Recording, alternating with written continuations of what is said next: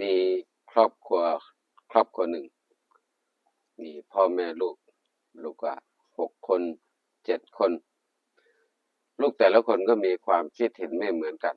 ทะเลาะกันเป็นประจำทุกวันเวลากินก็ทะเลาะกันเวลางานก็เกี่ยงกันท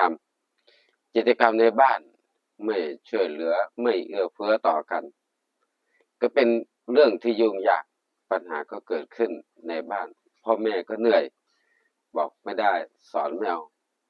วันหนึ่งพ่อก็เลยสั่งให้ลูกทุกคนเนี่ยนำไม้มาคนละ1 ล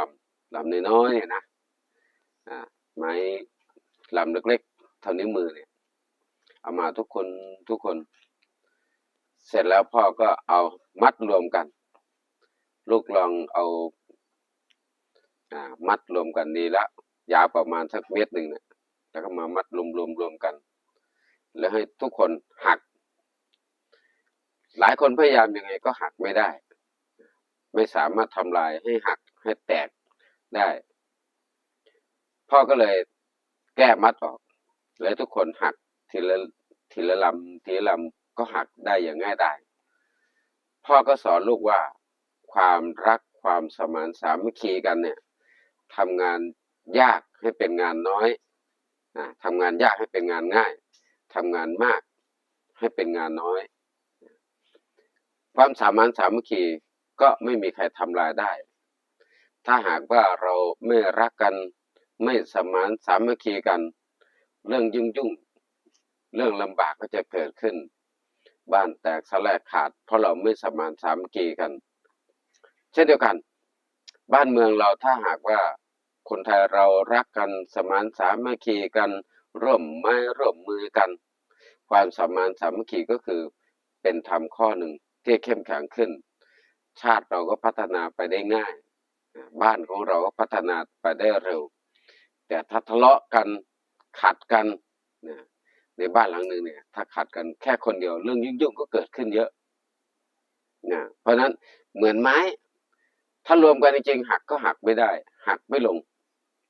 แต่ถ้าหักทีละลำแยกกันอยู่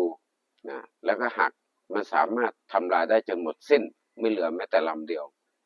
เพราะนั้นอยากฝากให้คิดมุมมองให้กับพี่น้องชาวไทยของเราทุกคนว่าความรักความสมานความสามัคคีเป็นธรรมอันสูงสุดแต่ถ้าบ้านใดเมืองใดมีวัสการพราหมณ์คือคนที่คอยยุแยงแตกแข็งรั่วมีความคิดเห็นแตกต่างกันทำลายถ้ามีไส้ศึกบ้านเมืองเราก็ไม่อาจที่ตั้งอยู่ได้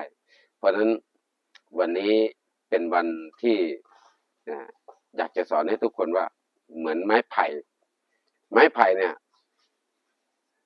ที่ทำลายไม้ไผ่ได้ก็คือมีลำไผ่ไปเป็นด้ามเสียมด้ามจอบมาสับมาฟันต้นไผ่กอไผ่ก็จะไม่มีเหลือแต่ถ้าไม่มีไม้ไผ่ลำใดไปเป็นด้ามเสียมด้ามขวานไม้ไผ่ก็ยังเป็นกอใหญ่และจะแข็งแรงต้านลมต้านภัยต่างๆได้เจริญพร